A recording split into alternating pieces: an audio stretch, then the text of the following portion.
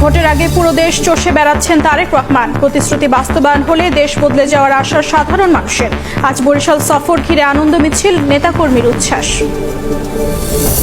দীর্ঘ 2 দশক পর আজ বরিশালে আসছেন বিএনপি চেয়ারম্যান তারেক রহমান। এবার চরমনাইয়ের বরিশালে আসছেন তারেক রহমান। দীর্ঘ 22 বছর পর নির্বাচনী প্রচারণায় বরিশালের বেলস পার্ক মাঠে তারেক রহমান আসছেন এবং সেই তারেক রহমানকে বরণ করে নিতে কিন্তু ইতিমধ্যে নেতা কর্মীদের ঢল লক্ষ্য করছে। তারেক রহমান তার যে নির্বাচনী প্রচারণা, সেই নির্বাচনী প্রচারণায় বেলস পার্ক মাঠে বক্তব্য প্রদান করবেন এবং তিনি হেলিকপ্টার যোগে ঢাকা থেকে ইতিমধ্যেই রওনা দিয়েছেন।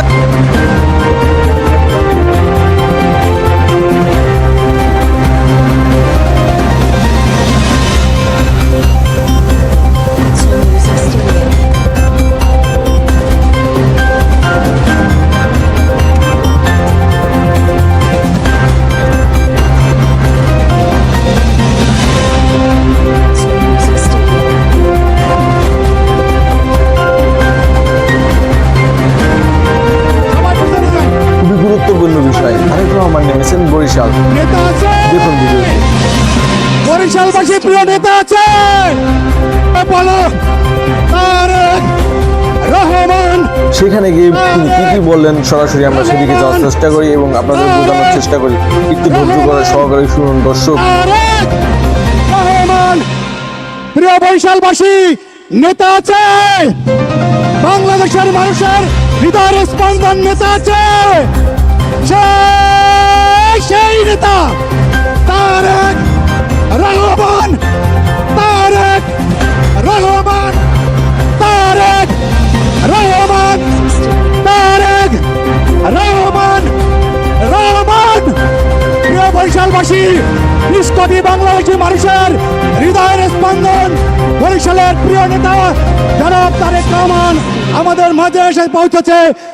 আওয়ামী লীগ থাকাকালীন যে সংসদে বসে বিএনপির হয়ে কথা বলেছিলেন, তিনি এখানে বক্তব্য দিচ্ছেন। একটু মনোযোগ সহকারে শুনুন। তৎকালীন প্রধানমন্ত্রী চোখে চোখ রেখে তারেক রহমান বাংলাদেশে আসবে, আপনাদের মনে আছে?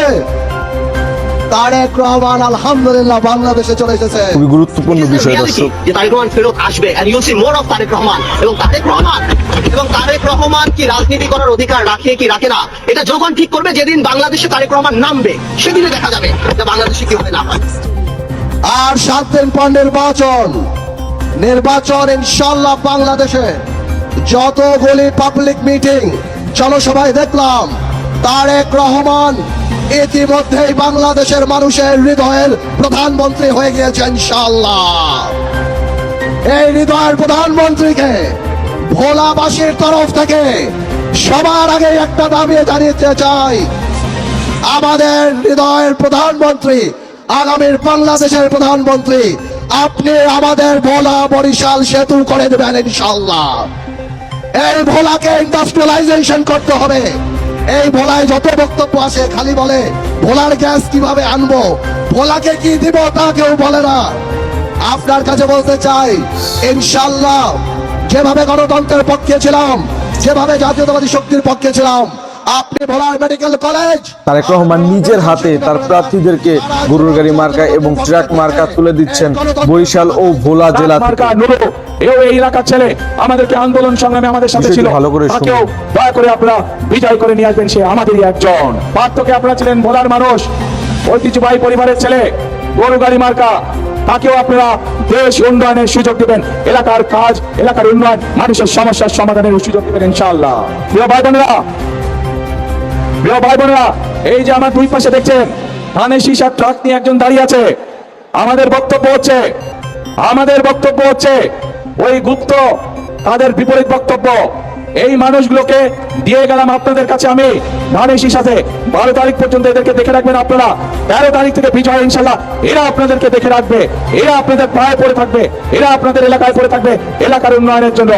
প্রিয় ভাই বোনেরা, এখানে যাদেরকে দেখছেন সবাই হচ্ছে ধানের শীষ। ধানের শীষের সাথে আমাদের আরেক ভাই আছে ট্রাক মার্কা নুরু, তাকেও দয়া করে আপনারা বিজয় করে নিয়ে আসবেন, সে আমাদেরই একজন।